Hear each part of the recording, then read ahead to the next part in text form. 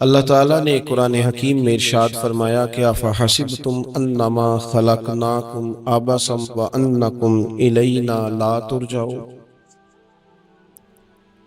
فرمایا کیا تم یہ گمان کرتے ہو کہ ہم نے تمہیں بیکار پیدا کیا ہے، اور کیا تم یہ سمجھتے ہو کہ تمہیں پلٹ کر ہماری طرف نہیں آنا؟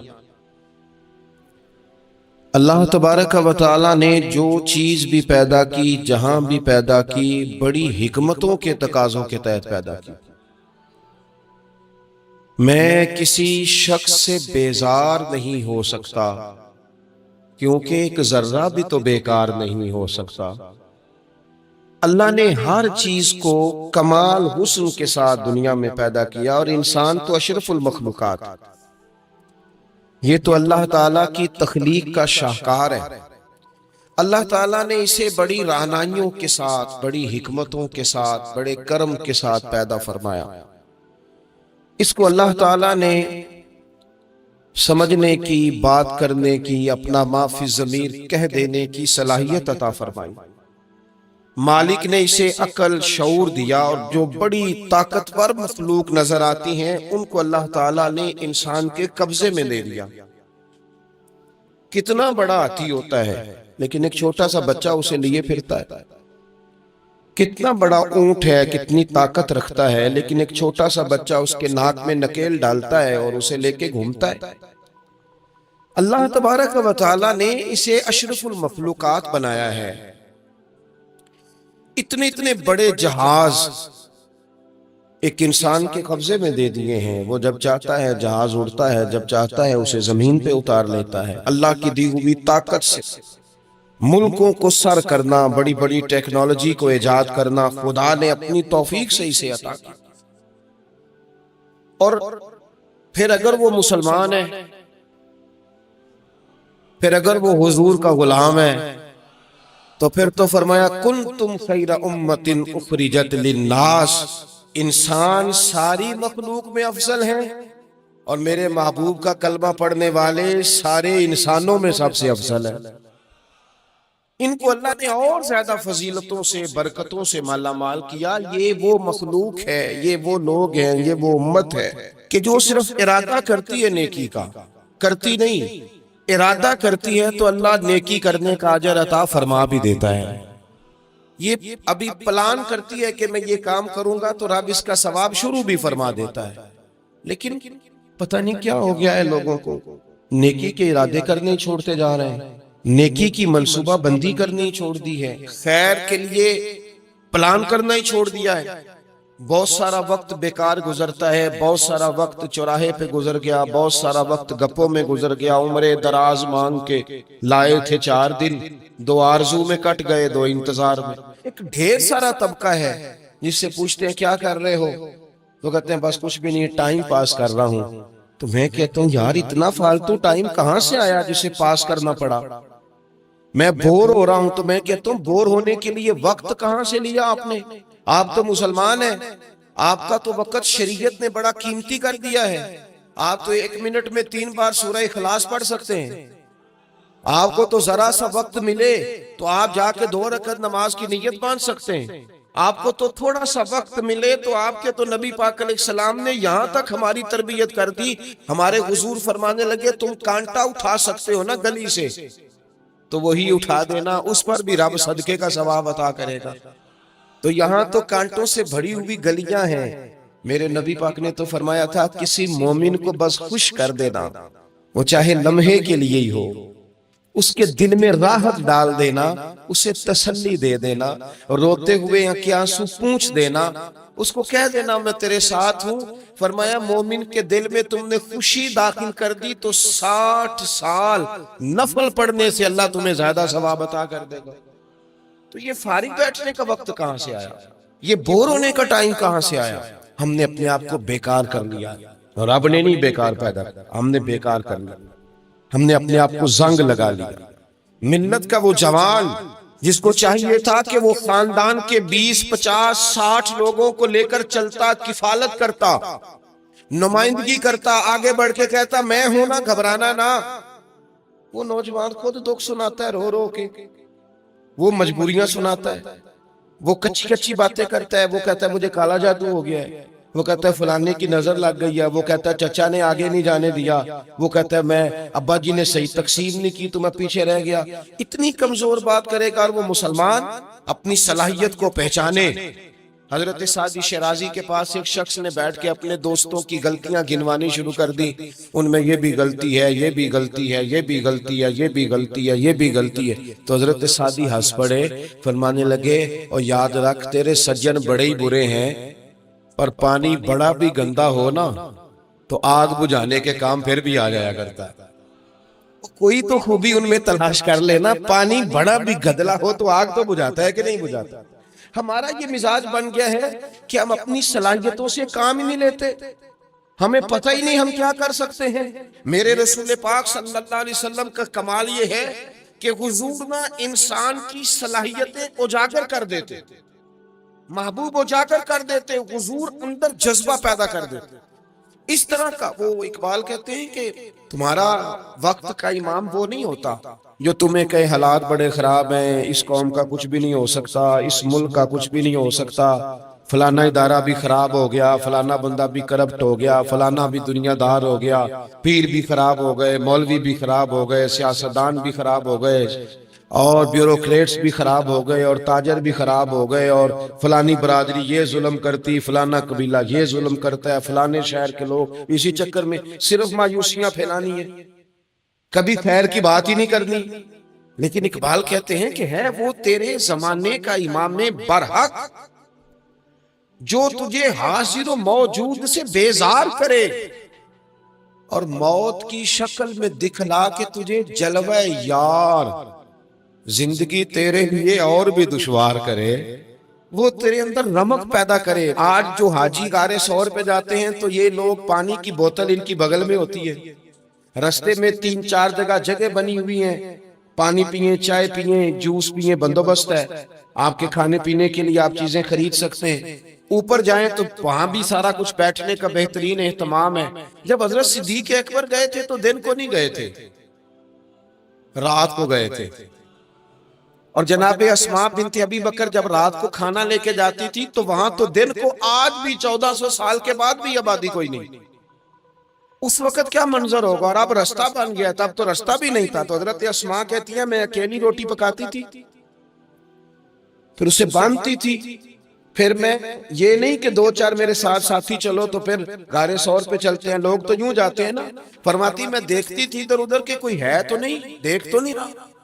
جب کوئی نہیں ہوتا تھا تو رات کو جاتی تھی اور غار پہ کھانا دے کے آتی تھی، اور حضرت صدیق اکبر نے حضور کو کندھوں پہ بٹھا کے کہا تھا حضور پتھر نکیلے ہیں، ان کی نوک تیز ہے، کہیں مقدس قدموں کو تکلیف نہ دیں، اگر مہربانی کریں تو میرے کندھوں پہ نہیں بیٹھ جاتے۔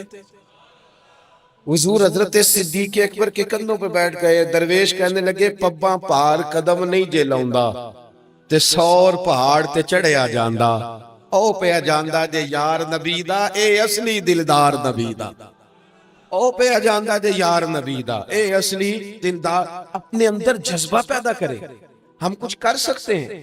غریب ساری زندگی دکھ ہی سنائے گا کہ میں غریب ہوں، اس نے محنت کب کرنی ہے، جد و جہد کب کرنی ہے، اس نے آگے کب پڑھنا ہے، وہ کب یہ کام کرے گا۔ اپنی زندگی کے اندر شعور پیدا کریں اور اپنی صلاحیت سے کوئی نفع لیں۔ آپ کیا کر سکتے ہیں زندگی میں؟ میں نے کہا کچھ نہیں کر سکتے، گلی سے روڑا تو اٹھا سکتے ہیں کہ نہیں؟ کچھ انقلاب اپنے مزاج میں پیدا کریں، کچھ تبدیلی پیدا کریں۔ اس کے لیے سب سے زیادہ ضروری یہ ہے کہ ہم اپنے اندر اخلاقی تبدیلی لانے میں کامیاب ہو جائیں۔ کائنات میں قوم وہ سمجھتی ہے جن کا اخلاق سنور جاتا ہے، اور جو لوگ اپنے اندر اخلاقی تبدیلی نہیں نہ لاتے، آپ دیکھیں نبی پاک علیہ السلام کا انقلاب کس طرح کا ہے۔ عرب کے لوگ سمجھتے تھے کہ معاف کرنا بزدلی ہے، صبر کرنا بزدلی ہے۔ وہ کہتے تھے یہ کیا بات ہوئی، ہمارا دشمن کیا سمجھے گا کہ بزدل ہے، انہوں نے معاف کر دیا ہے۔ وہ کہتے تھے معاف کر دیں تو کمزور پڑ جائیں گے، سامنے والا کہے گا کہ ان کے پلے کچھ نہیں، معاف کر دیا۔ اور ہمارے زمانے میں آج معاف کمزور آدمی کرتا ہے، طاقتور آدمی معاف نہیں کرتا۔ وہ جس کے پاس طاقت نہیں ہوتی وہ کہتا ہے ٹھیک ہے میں نے اللہ پہ چھوڑ دیا، حالانکہ اس نے بھی اچھا کیا، پر کمال تو یہ ہے کہ تیرے پاس ساری طاقت ہو پھر بھی تو فیصلہ اللہ پہ چھوڑے۔ اور حضرت موسیٰ کلیم اللہ علیہ السلام نے عرض کیا تھا مالک تیرے بندوں میں تیری نظر میں معزز کون ہے؟ تو رب کریم نے فرمایا میرے کلیم جس کے پاس بدلہ لینے کی طاقت ہو پھر بھی معاف کر دے وہ رب کی نظر میں بڑی عزت والا ہے۔ عرب کے لوگ سمجھتے تھے یہ بزدلی ہے کہ میں معاف کر دوں، لیکن حضور نے ان کو اخلاقی طور پہ بدل دیا، اور نبی پاک نے فرمایا معاف کرنا بزدلی نہیں، یہ تو اعلیٰ ظرفی ہے۔ تو پھر کس طرح بھلا معافی ان کو ہوئی؟ فتح مکہ کے دن حضور نے اس طرح نہیں معاف کیا کہ پہلے ہمارے ہاں بھی لوگ معاف کرتے ہیں تو ہم پتہ کس طرح معاف کرتے ہیں، پہلے ساری اس کی زیادتیاں گنواتے ہیں۔ پتہ ہے نا تو نے اس وقت کیا کہا تھا، یاد ہے نا تو بڑی ڈینگے مارتا تھا، یاد ہے نا تو بڑی بڑھ کے مارتا تھا۔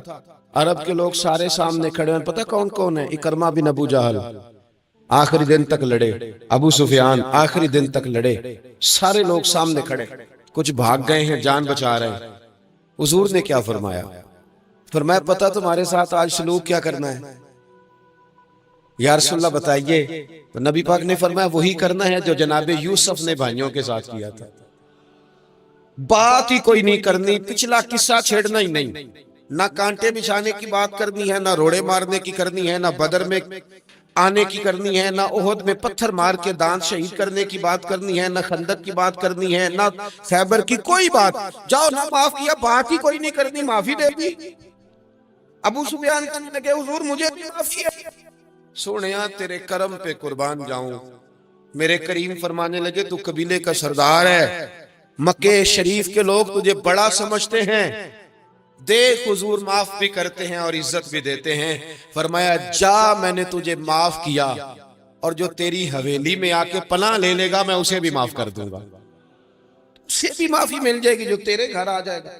اب تبدیلی آ گئی، وہ جو اندر کفر تھا وہ ٹوٹ گیا، انقلاب آ گیا۔ یہی ابو سفیان جو کل تک مخالفت میں لڑتے تھے، پھر یہ حضور کے ساتھ جنگوں میں جاتے، اور اس طرح جاتے کہ حضور گھوڑے پہ بیٹھے اور جناب ابو سفیان نے گھوڑے کی لگام تھامی، ہر میدان میں گئے، ہر جگہ خدمت کی۔ اکرمہ بن ابو جہل کا پتر ہے، کوئی کسر نہیں چھوڑی اس نے، حد کر دی، ہر جگہ لڑا، ہر مقام پہ۔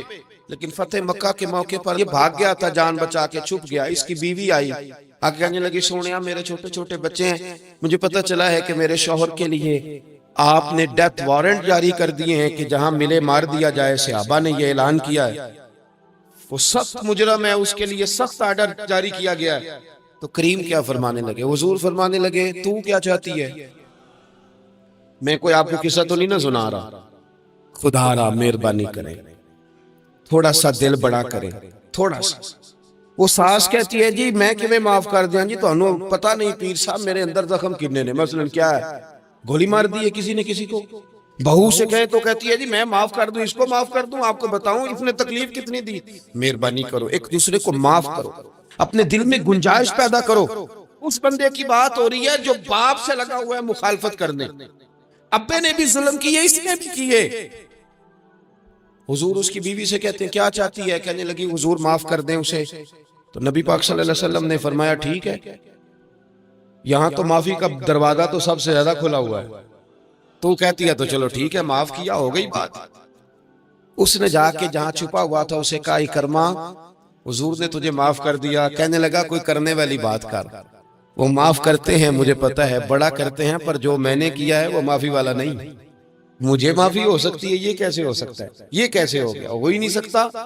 اس کی بیوی پھر آئی، کہنے لگی حضور وہ مانتا نہیں، یہ تاریخ صرف میرے رسول کی ہے، یہ سیرت صرف میرے رسول کی، کہ جس کو معاف کیا جا رہا ہے اس کی سمجھ میں بات نہیں آ رہی کہ بھلا مجھے معاف کر دیا ہے۔ حضور کہتے ہیں اچھا تو بتا وہ کیسے مانے گا؟ کہنے لگی حضور اگر کوئی نشانی دے دینا، عرب کے لوگ تلوار دے دیتے تھے، زرہ دے دیتے تھے، پگڑی دے دیتے تھے، چھڑی دے دیتے تھے، یہ دلیل ہوتی تھی کہ فلاں نے نشانی دے دی۔ اگر کوئی مل جائے نا نشانی، محبوبہ اس طرح تو کوئی نہیں کرتا جیسے آپ کرتے ہیں۔ کریم نے اپنے سر سے پگڑی اتاری اور فرمایا میری پگڑی بطور علامت کے نشانی کے لے جا، اسے کہہ دے میں نے معاف کیا۔ اب اکرمہ کو معافی ہو گئی، وہ آ رہے ہیں، یوں اخلاق بدلتے وہ آ رہے ہیں۔ یہاں کوئی بڑا آدمی آئے نا تو پہلے اعلان ہوتا ہے فلاں بن فلاں صاحب آ رہے ہیں، اب ان کو دعوت دیتے ہیں، لیکن وہ اعلان چھوٹا کرتا ہے بڑے کے لیے. یہاں انوکھا باب ہے. اکرما کلمہ پڑھنے آ رہے ہیں. نبی پاک صحابہ سے کیا فرما رہے ہیں؟ فرمایا وہ کلمہ پڑھنے آ رہا ہے، اطاعت قبول کر کے آ رہا ہے، سر تسلیم خم کر کے آ رہا ہے، اس کے سامنے اس کے باپ کے کسی ظلم کا اظہار نہ کرنا. اس کے باپ نے بڑے ظلم کیے ہیں، زیادتیاں کی ہیں، ہم تذکرہ یہاں ہوتا ہے، لیکن اس کے سامنے نہ کرنا. اس کا تو ابا ہے نا، اس کا تو باپ ہے نا. کوئی بات نہ کرنا، اسے تکلیف ہوگی. کس کے لیے؟ صحابہ رو رہے ہیں، حضور یہ کس کے لیے تیاری کرا رہے ہو؟ وہ آ گئے، قدموں سے لگ گئے، کلمہ پڑھ لیا، کھول کے روئے. حضور میرے لیے بھی معافی ہے؟ تو کریم نے فرمایا ہاں، میں رحمت والے رب کا رحمت والا رسول ہوں، ہے نا معافی. اکرمہ مسلمان ہو گئے. پھر تلوار کو صاف کر کے کہنے لگے سونیا پہلے یہ اسلام کی مخالفت میں لڑتی تھی، اب حمایت میں لڑے. مجھے بتائیں، ایک ایک گلی اکرمہ گئے اسلام کی حمایت میں تلوار لے کے، ایک ایک گلی. اور آپ پچھلے جہاد میں بھی گئے تھے، اس جہاد میں نہ جائیں تو کہنے لگے کفارہ نہیں ادا کرنا، پچھلے داغ بھی صاف کرتے. میں جاؤں گا، گلی گلی جاؤں گا، نگر نگر جاؤں گا، جھنڈا لے کے جاؤں گا. میں بتاؤں گا کہ جب کوئی مدینے والے کے پاس آئے تو رب دل بدل دیا کرتا ہے. انقلاب آتے ہیں، عادتیں بدلتی ہیں، طبیعتوں میں تغیر آتا ہے. کون نہیں آتا؟ میں جاؤں گا. حمص میں حضرت عمر کے زمانے تک اکرمہ لڑے، سالوں میدان میں رہے اسلام کی حمایت میں. اور پھر حمص کے میدان میں حضرت عمر کے دور میں لڑتے ہوئے شہادت کی موت اللہ نے انہیں عطا فرمائی. یہ آپ دیکھیں حضرت خالد بن ولید کون ہے؟ کہنے لگے حضور میں تو بڑی شدت سے اسلام کے خلاف لڑتا تھا، میری غلطیاں بھی معاف ہو جائیں گی. تو حضور فرمانے لگے اسلام پچھلے سارے معاف کرا دیا کرتا ہے، نئی زندگی کا آغاز ہو جاتا ہے. نئی زندگی کا آغاز ہوتا ہے. حضور نے فرمایا جو رمضان میں عبادت کر لے نا، ایمان کے ساتھ رمضان میں عبادت کر لے، اللہ اس کے پچھلے سارے معاف فرما دیتا ہے. اب وہ نئی زندگی کا آغاز کرے. جس نے شب قدر پہ رو رو کے توبہ کی ہے، وہ رمضان کے بعد کرپشن چھوڑ دے، جھوٹ چھوڑ دے، بددیانتی چھوڑ دے، دل دکھانا چھوڑ دے. جس نے رمضان میں روزے رکھے، تراویح پڑھی ہے، وہ نئی زندگی کا آغاز کرے.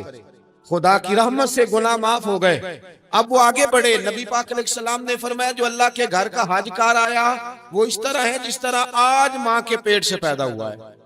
اب نئی زندگی کا آغاز کرے، اب وہ اپنی عادات میں تبدیلی لائے، اب وہ بدل جائے. میں کس درد سے یہ بات آپ سے کروں کہ 50 لاکھ مسلمان ہر سال حج کرتا ہے. اگر 25 لاکھ کا کردار بھی ٹھیک ہو جائے تو سال کا 25 لاکھ با کردار مسلمان اگر دنیا کو دیا جائے تو بتائیے امت مسلمہ کا سر کتنا اونچا ہوگا. لیکن ہمارا حال وہی ہے کہ آج بھی کیتی جاندے ہو تے لہو بھی پیتی جاندے ہو، کھو کے مال یتیماں دا تے بھیج مسیتی جاندے ہو، پھٹ دلاں دے سیندے نہیں تے ٹوپیاں سیتی جاندے ہو، نفس تے چھری پھیر دے نہیں دمبے کیتی جاندے ہو، فرض پلائی بیٹھے ہو، نفلاں نیتی جاندے ہو، او دسو تے سی بلے شانو ایک ہی کیتی جاندے ہو. بات وہی ہے کہ کعبے گئے، مدینے گئے، کربلا گئے، جیسے گئے تھے گھوم پھر کے ویسے ہی آ گئے. کچھ تبدیلیاں اپنے مزاج میں لائیں، اپنی عادات میں لائیں. حضرت خالد بن ولید نے کہا حضور سارے گناہ معاف ہو گئے. فرمایا ہو گئے. حضرت خالد بن ولید نے پھر اپنی تلوار تھامی اور جناب خالد بن ولید پھر اس طرح میدانوں میں نکلے کہ نبی پاک نے فرمایا اب یہ خالد نہیں، یہ تو سیف اللہ ہے، یہ تو اللہ کی تلوار بن گیا ہے. اس جذبے سے، شوق سے اپنے مزاج کو تبدیل کر کے اس طرح میدان میں آئے. فرمایا اب اللہ کی تلوار ہے. پورا وجود زخمی کرایا اور ساری زندگی اسلام کی حمایت میں تلوار چلائی. ہم بدل سکتے ہیں، تبدیلی آ سکتی ہے، ہمیں بدل جانا چاہیے. بہلول دانا سے کہا تھا ہارون رشید نے کہ مجھے کوئی نصیحت کر دے، میں بادشاہ ہوں. سخت دل ہو جاتا ہے کئی دفعہ. تو حضرت بہلول دانا کہنے لگے میں کیا نصیحت کروں، آپ کا باپ کہاں ہے؟ کہنے لگے قبرستان میں. کہا ایک بڑا بھائی بھی تھا، بڑا پیار کرتا ہے، سنا آپ سے، کہاں ہے؟ کہا قبرستان میں. تو کہا وہ ایک چچا زاد بھی آپ کے ساتھ میں نے دیکھا ہے. کہا وہ بھی قبرستان میں. یاد کرانا شروع کیا حضرت بہلول نے، فرمایا وہ ننہال والے، ددہال والے، وہ ماموں، وہ چاچو کا سب قبروں میں۔ آخری جملہ کہا، فرمایا تیرا ایک پتر بھی تھا، چڑھتی جوانی تھی، قد اونچا تھا، رنگ گورا تھا۔ ہارون رشید رو پڑے، کہنے لگے حضور وہ بھی قبرستان میں؟ تو فرمایا جس نے اتنے جنازے پڑے ہوں اسے میں نصیحت کروں؟ تیرا کیا خیال ہے، تو نے نہیں جانا؟ یارو ہم نے اپنے کئی کلاس فیلوں کے جنازے پڑھے ہیں، بڑا پیار تھا میرا اپنی دادی کے ساتھ، تو 97 میں وہ انتقال کر گئی، دادا ابو چلے گئے، اماں جی چلی گئیں، ابا جی چلے گئے، نانا چلے گئے، پھپھا چلے گئے، دوست چلے گئے۔ یہاں پچھلے سال کئی سنگی تھے، اس سال نظر نہیں آتے، رخصت ہو گئے۔ او سنگیو، یہ تو ساری تیاری ہے، ہم نے بدلنا کب ہے؟ اب تو ہمارا بڑھاپا آنے کو ہے، اب تو بال سفید ہونے کو۔ تبدیلی کس وقت؟ اللہ تعالیٰ نے قرآن مجید فرقان حمید کے اندر فرمایا اللہ ولی الذین آمنوا یخرجہم من الظلمات الی النور۔ اللہ مومنوں کا ولی ہے، وہ انہیں اندھیروں سے نور کی طرف نکالتا ہے، وہ رستہ دکھاتا ہے۔ بار بار راہ کھلتی ہے ہمارے سامنے، پر ہم قبول کرنے کو تیار نہیں ہوتے۔ کچھ تبدیلی اب آ جائے، کچھ زبان میں مٹھاس آ جائے، کچھ ہمارے عمل میں پختگی آ جائے۔ ہم نہ بہت سارے کام لوگوں کو دیکھ کر کرتے ہیں، اس سے تھوڑی جان چھڑائی جائے۔ کچھ اپنے اندر جو قباہتیں ہیں، کچھ اپنے ساتھ جنگ کی جائے۔ نبی پاک علیہ السلام نے فرمایا افضل جہاد اپنے نفس سے لڑائی کرنا ہے، اپنے آپ کے ساتھ کچھ جد و جہد کی جائے، کچھ اپنے خلاف بھی چلا جائے۔ ساری زندگی دوسروں سے لڑتے، دوسروں پر اپنی غلطیوں کا بوجھ ڈالتے گزر گئی، کچھ اپنے نفس پر بھی۔ حضرت باجید بستامی سے کسی نے کہا حضور میں نے اللہ تک جانا ہے، رستہ بتا دیں۔ فرمایا 2 قدم کا رستہ ہے۔ فرمایا 1 قدم اپنے نفس کی خواہش پہ رکھ لے تو دوسرا قدم تیرا رب تک پہنچ جائے گا۔ تو اپنے آپ کو کنٹرول نہیں نہ کرتا، اپنے آپ سے تو لڑ پہلے۔ اقبال کہتے ہیں ڈھونڈتا پھرتا ہوں اے اقبال اپنے آپ کو، آپ ہی گویا مسافر، آپ ہی منزل ہوں میں۔ نبی پاک نہ تبدیلی کرتے۔ یہ جو لوگ کہتے ہیں نا کیسے بدلوں، تو حضور بدلنے ہی تو آئے ہیں، حضور بدلنے۔ حضرت مازن ایک صحابی ہیں، وہ کہتے ہیں میں بت کی پوجا کرتا تھا، امام بہقی نے لکھا ہے، میں بت پوجتا تھا۔ ایک دن میرے بت کے اندر سے آواز آ گئی تو کب تک مجھے پوجے گا، مدینے میں تو حضور جلوہ فرما ہو گئے۔ کہتے ہیں 2 دفعہ 3 دفعہ بت مجھے پیغام دے رہا ہے کہ حضور کی طرف جاؤ۔ بت کہتے ہیں میں وہاں سے چلا، حضور کی بارگاہ میں پہنچا تو نبی پاک علیہ السلام کی خدمت میں حاضر ہو کے میں نے عرض کی یا رسول اللہ کمال ہو گئی، لوگ بتوں کو پوجتے ہیں اور میرا بت کہہ رہا تھا جا جا کے حضور کا کلمہ پڑھ لے۔ او سکیاں کھجوراں اگا جام دے تے پتھراں تو کلمہ پڑھا جام دے۔ فرمایا وہ انہوں نے مجھے بت نے بھیجا ہے۔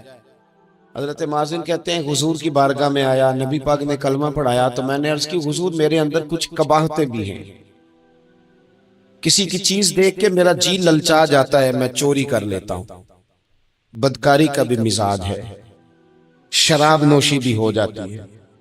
کہتے ہیں حضور نے میرے سینے پہ ہاتھ رکھا، میرے لیے دعا کر دی۔ آپ فرماتے ہیں گردن اونچی تھی کبھی نیچی نہیں ہوئی تھی، پر وہ کلمے کی کیا برکت آئی کہ ایسا سر جھکا کہ وہ جھکا ہی رہا، ایسی تبدیلی آئی کہ آ گئی، نفرت ہو گئی۔ کہتے ہیں حرام مال آتا ہے تو میری طبیعت پہ بوجھ بن جاتا ہے۔ میں اکثر دوستوں سے کہتا ہوں کہ ہمارے ہاں لوگوں کا عجیب مزاج ہے، وہ اپنا مائنڈ سیٹ کر لینا، کبھی ذہن بنا لینا یہ چیز حرام ہے تو وہ کبھی بھی حلق سے نیچے ہی نہ جائے۔ آپ گوشت کھا رہے ہوں اور بڑا اچھا پکا ہوا ہے، بہترین مسالہ جات لگے ہوئے ہیں، بہترین، آپ کھا رہے تھے گوشت، کوئی بندہ آپ کے کان میں آ کے کہہ دے صدقے کا ہے، اس کا منہ میں ذائقہ بدل جاتا ہے کہ نہیں؟ بھئی گوشت تو وہی ہے، یہ کیسے بدل گیا؟ کیونکہ آپ کے نا وہاں کمپیوٹر میں فٹ ہے کہ صدقہ میرے لیے درست، آپ کو کہتے ہیں یہ تو فارم بن گیا۔ بھئی یہ کیا بن گیا؟ چلیں اس سے بھی آگے چلتے ہیں۔ آپ کھا رہے تھے گوشت اور بڑا لطف آ رہا تھا تو کسی نے کہہ دیا کہ جو جانور ٹھیک ہی نہیں تھا، بیمار تھا یا حرام تھا، ذبح ہی نہیں کیا تھا، صحیح طور پر ایسے ہی اس کو پکا دیا، مر گیا تھا۔ تو اب تو یہ حال ہوتا ہے کہ الٹیاں شروع ہو جاتی ہیں۔ کیوں؟ اس لیے کہ نفیس طبیعت پر نہ صدقے کا گوشت فٹ ہوتا ہے نہ حرام فٹ ہوتا ہے، کیونکہ طبیعت نفیس ہے نا. بس اس بات کو سمجھ لیں، جس طرح حرام بکرا طبیعت پہ فٹ نہیں نہ ہوتا، اس طرح کروڑ حرام بھی طبیعت پہ فٹ نہیں ہونے چاہیے. 2 کروڑ بھی حرام آ جائے تو فٹ. جس دن 2 کروڑ پر بھی الٹی آنے لگ گئی نا، جس دن حرام جگہ پر قبضہ کرتے بھی کیا آنے لگ گئی، ذائقہ بدلنے لگ گیا، کمپیوٹر میں فٹ ہو گیا کہ یہ میرے لیے ٹھیک نہیں. لیکن میں اکثر کہتا ہوں لوگوں سے، میں کہتا ہوں ہمارے ہاں بندہ دیکھ کے فتویٰ ہوتا ہے. یہاں کوئی غریب عیسائی ہو نا، ماڑا بیچارہ گلی میں جھاڑو دے کے روٹی کماتا ہے، تو لوگ مسئلہ پوچھتے ہیں، کہتے ہیں مولوی صاحب سائنہ روٹی کھانی جائز ہے؟ تو میں پھر ان لوگوں سے آگے سے پوچھ لیتا ہوں، میں کہتا ہوں یہ بتاؤ امریکہ کا صدر بھی عیسائی ہے، اس کے ساتھ جائز ہے؟ اتنے وزیر مشیر وزراء اعظم ملکوں کے جا کے کھاتے ہیں، کبھی آپ نے مسئلہ پوچھتے دیکھیں؟ وہاں تو جو مولوی مشیر بنے ہوئے وہ بھی بیٹھے ہوتے ہیں بیچ میں، وہ بھی بیٹھے ہوتے ہیں، اب بھی ان سے پوچھو. لیکن ہمارا مزاج یہ بن گیا ہے کہ غریب کے حق میں مسئلہ اور ہے اور امیر کا معاملہ ہے تو معاملہ اور اس سے نکلے. یعنی اگر 5 روپے کسی کے گر جائیں تو وہ واپس کرنے بھی ضروری ہیں، اور 5 کروڑ گر جائیں تو وہ بھی. وہ ہمارے ایک دوست کہا کرتے ہیں کہ ایک صاحب تھے، ان کو نا بڑے قیمتی جوتے کا ایک پیر مل گیا کہیں سے گرا ہوا. انہوں نے وہ قیمتی پاؤں جوتے کا گرا ہوا اٹھایا اور وہ بندہ تلاش کرنے لگے کس کا گرا ہے. دیر تک وہ ڈھونڈتے رہے ایک پاؤں کس کا ہے، تھوڑی دیر کے بعد انہیں دوسرا پاؤں بھی مل گیا. پھر انہوں نے بندہ ڈھونڈنا بند کر دیا. انہوں نے کہا دونوں ہو گئے ہیں، اب یہ کام آئے گا، لہذا انہوں نے بند کر دیا. میرے عزیز، یہ تو کوئی طریقہ نہیں ہے نا کہ آپ چیز اگر تھوڑی سی ہے تو اس پر فتویٰ اور ہے، اور اگر زیادہ ہے تو مزاجوں میں جب ہم یہ لے آئیں گے اپنی طبیعت میں، اور کب تک ہم نے اسی طرح رہنا ہے، کب ہم نے اپنے وجود سے کام لینا ہے، بیکار وقت کب تک گزرنا ہے. کتنے رمضان آئے گزر گئے، کتنے عمرے آئے گزر گئے، کتنی ہم نے دیکھا کہ بس بیمار ہو گئے ہیں، ٹھیک ہو جائیں گے تو پھر اس کے بعد ہم نے کوئی نماز نہیں چھوڑنی، لیکن ٹھیک ہوئے تو بھول گئے، نئی سے نئی بات شروع ہو گئی. ہم نے کتنی دفعہ کہا کہ آج کے بعد تبدیلی، لیکن کیوں نہیں تبدیل ہوتے. حضرت فضالہ بن عمیر ایک صحابی ہیں، کہتے ہیں میں عورتوں کا معاذ اللہ بڑا رسیہ تھا. ابو جہل نے جب اعلان کیا نا جو حضور کو شہید کرے گا تو اسے 100 سرخ اونٹ دیے جائیں گے، تو کہتے ہیں میں خنجر بغل میں دبا کے نا تو طواف کعبہ کرنے چلا گیا. طواف کعبہ کہتے ہیں وہاں جب میں پہنچا تو میں نے دیکھا حضور بھی طواف کر رہے ہیں، تو نبی کریم نے مجھے دیکھتے ہی حضور میرے قریب آئے اور مجھے نہیں بتانا پڑا. حضور فرمانے لگے تیرا نام فضالہ ہے؟ میں نے کہا ہاں. تو محبوب فرمانے لگے کیا باتیں کر رہے ہو اپنے آپ سے؟ کہتے میں دل میں سوچ رہا تھا کہ طواف کرتے میرے قریب سے گزریں گے تو خنجر مار دوں گا. کیا باتیں کر رہے تھے؟ فضالہ کہتے ہیں میں تو جب آیا تھا تو ایک بی بی سے مل کے آیا تھا، میں نے کہا تھا کہ میں آج بڑی رقم لے کے آؤں گا اور معاذ اللہ تیرے پاس رات گزاروں گا. کہتے ہیں میں تو اس سے بات کر کے آیا تھا. تو میں اب حضور سید عالم صلی اللہ علیہ وسلم نے پوچھا تو فضالہ ہے؟ میں نے کہا ہاں. کیا باتیں کر رہے تھے اپنے آپ سے؟ میں نے جھوٹ بولا. میں نے کہا جی وہ تو میں تو ذکر کر رہا تھا اپنے دل میں. کہتے حضور مسکرائے اور مسکرا کے فرمانے لگے چل چھوڑ، جس کام آیا تھا وہ کرتا کیوں نہیں؟ میں جو تیرے سامنے کھڑا ہوں تو کرنا. خیال آیا مسلمان نیک و بد پہچان جاتے ہیں اور آقا آدمی کے دل کی باتیں جان جاتے ہیں. کرنا وہ کام. تو فضالہ کہتے ہیں کہ میں کانپ گیا، میرے ہاتھ سے وہ خنجر گر گیا. حضور نے میرے سینے پہ ہاتھ پھیرا، اس طرح پھیرا کہ زندگی میں اتنا سکون کبھی نہیں ملا، اتنی ٹھنڈک کبھی نہیں ملی، اتنا قرار کبھی نہیں آیا، اس قدر زیادہ آزمائش کبھی نہیں آئی. میں قرار محسوس کرنے لگا. کہتے ہیں حضور فرمانے لگے کیا وہ وقت نہیں آیا کہ تو کلمہ پڑھ جائے؟ کہتے ہیں میں نے فوراً کہا حضور آ گیا ہے وقت، پڑھائیں مجھے کلمہ. کہتے ہیں نبی پاک نے کلمہ پڑھا دیا، میں مسلمان ہوا. میں واپس لوٹا تو وہی عورت بن سور کر تیار ہو کر گلی میں کھڑی تھی. عادتیں بدل جاتی ہیں. شرط یہ ہے کہ ہم تھوڑی سی کوشش کریں، شرط یہ ہے کہ ہم اپنے آپ کو اللہ رسول کی بارگاہ میں پیش کریں. اور میرے دوستوں، میرے بزرگوں، ہمیں سب سے زیادہ تکلیف میں ہماری اپنی عادات نے ڈالا ہے، ہماری اپنی خواہشات نفس نے ہمیں زیادہ آزمائشوں میں ڈالا ہے. کہتے ہیں وہ عورت بن سور کے کھڑی تھی. جب میں واپس لوٹا تو پہلے میں اس کے پیچھے بھاگتا تھا، اب میں اس کے قریب سے گزر گیا تو اس نے آواز دی تو فضالہ نہیں؟ کہتے ہیں میں چپ کر گیا، وہ پھر پیچھے دوڑی، میرا گریبان پکڑ کے کندھا پکڑ کے ہلایا تو فضالہ نہیں؟ کہتے ہیں میری جھکی ہوئی گردن، میں سر نہیں اٹھاتا، مجھے کہنے لگی تو وہ نہیں ہے جو فضالہ ہے؟ میں نے کہا ہوں میں فضالہ، پر وہ والا نہیں جو تجھے ملا کرتا تھا۔ کہا تو اب کون ہے؟ کہنے لگے میرا ٹائٹل بدل گیا ہے، میرا تعارف بدل گیا ہے، اب میں رسول کائنات کا غلام ہو گیا ہوں۔ لوگ مجھے مسلمان کہتے ہیں، اب میری نگاہوں میں جچتا نہیں کوئی، جیسے میرے محبوب ہیں ایسا نہیں کوئی۔ کہتے ہیں بدل گئی عادت، میں وہی ہوں پر میرا لہجہ، میرا مزاج ہی بدل گیا۔ حضرت جریر ابن عبداللہ کہتے ہیں میں کاروبار کرتا تھا اور مجھے بڑا سلیقہ آتا تھا کاروبار، میں سستی ترین چیز خریدنے کا ملکہ رکھتا تھا، لیکن فرماتے ہیں کہ جب میں حضور کا کلمہ پڑھنے گیا تو نبی پاک نے مجھے فرمایا میرا دین کسی کا بھلا کرنے کا نام ہے، الدین النصیحہ، خیر خی کرنا۔ فرماتے ہیں پھر میں نے نصیحت کو پلے باندھا، ایک آدمی سے گھوڑا خریدا 300 دینار کا، گھوڑے کو پکڑ کے میں نے جب تھوڑا آگے چلایا تو وہ تو بڑا نرم مزاج تھا، سی پنجابی چاکیدہ ہے، ساؤ ہے بڑا، تو میں نے کہا یہ تو گھر میں بھی رکھا جا سکتا ہے، یہ تو 400 کا ہے۔ پھر میں نے اس پر سواری کی تو وہ سواری کے لیے بڑا اچھا تھا، میں نے کہا یار تیرا جانور 600 کا ہے۔ کرتے کرتے جب میں نے اسے 1000 دینار تھمایا، 400 میں سودا ہو گیا تھا، اس نے دیکھ دیا تھا گھوڑا یا اونٹ۔ کہتے ہیں وہ شخص میری طرف دیکھ کے حیران ہو کے کہنے لگا جریر تو پہلے بھی آتا ہے، یہ تجھے کیا ہوا؟ تو حضرت جریر کہتے ہیں میں نے اسے کہا پہلے جریر آتا تھا، اب وہ والا جریر ہے جس نے مدینے والے کا کلمہ پڑھا ہے۔ تم خیر امت کا ٹائٹل ہے میرے پاس۔ کیا اسلام صرف نعرے لگانے کا نام ہے؟ کیا اسلام صرف دوسروں کو یہ کہنے کا نام ہے کہ تو نے مجھے کس طرح کہہ دیا کہ میں عشق رسول نہیں؟ تو زیادہ ہے، تیرے پر زیادہ دین ہے، صرف ڈٹ جانا اور زیادہ باتیں کرنے کا نام دین ہے؟ اپنے اندر ایک ایک کر کے غلطیوں کو چھوڑیں، آج کچھ عہد کریں کہ ہم نے فلاں فلاں گناہ سے جان چھڑانی، اپنے اندر کچھ تبدیلیاں لائیں، اور کسی کو بتانے کی ضرورت نہیں، ہمارا اور ہمارے رب کا معاملہ ہے۔ اکیلے میں بیٹھ کے اللہ کے حضور عہد کریں، اکیلے میں بیٹھ کے۔ ایک سردار تھے کسی قبیلے کے، وہ حضور کی بارگاہ میں کلمہ پڑھنے آئے، امام راضی نے لکھا ہے، کہتے میرے اندر 4 غلطیاں تھیں، میں شراب بھی پیتا تھا، چوری بھی کرتا تھا، بدکاری بھی کرتا تھا معاذ اللہ، اور جھوٹ بھی بولتا تھا۔ حضور کی بارگاہ میں آیا، عرض کی یا رسول اللہ بچپن سے لے کر یہ بیماریاں لگ گئیں، بڑی کوشش کی، ابا نے بڑا مارا، لوگوں نے بڑا کہا، چھوٹی نہیں، اور میں چھوڑ سکتا بھی نہیں۔ ان کا خیال تھا نا جس طرح ہمارا خیال ہوتا ہے فلانی چیز نہیں چھوڑ سکتے، میں چھوڑ سکتا بھی نہیں۔ حضور ایک چھوڑ سکتا ہوں، ایک چھڑوا لیں آپ اور کلمہ پڑھا دیں۔ حضور نے فرمایا بالکل ٹھیک ہے، تو ایک چھوڑ دے۔ یا رسول اللہ کون سی؟ فرمایا جھوٹ نہیں بولنا۔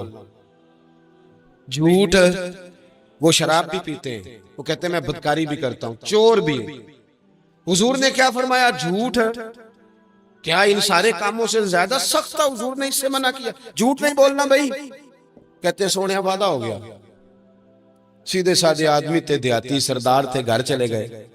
کہتے ہیں جب وہ شراب کے قریب جانے لگا تو دل میں خیال آیا کہ حضور کے پاس شراب پی کے جاؤں گا، اگر کسی نے پوچھا کہ پی ہے تو جھوٹ تو بولنا نہیں، سچ بولوں گا تو حال کیا ہوگا بھلا، وہاں کیفیت کیا ہوگی کہ میں شراب پی کے یہاں آتا ہوں حضور کی بارگاہ میں، مجھ پہ تو حد لگے گی۔ کہتے ہیں لہذا شراب بھی چھوڑ دی، اٹھا کے ماری دیوار کے ساتھ۔ کہتے ہیں میں چوری کی طرف ہاتھ بڑھانے لگا تو میں نے کہا صبح اگر کسی نے پوچھا کہ میری چوری کس نے کی ہے، جھوٹ بولنا نہیں، اور اگر سچ بولا تو سوسائٹی میں عزت کیا رہے گی؟ دفع کرو، جو اللہ نے روکھا سوکھا دیا وہی ٹھیک ہے۔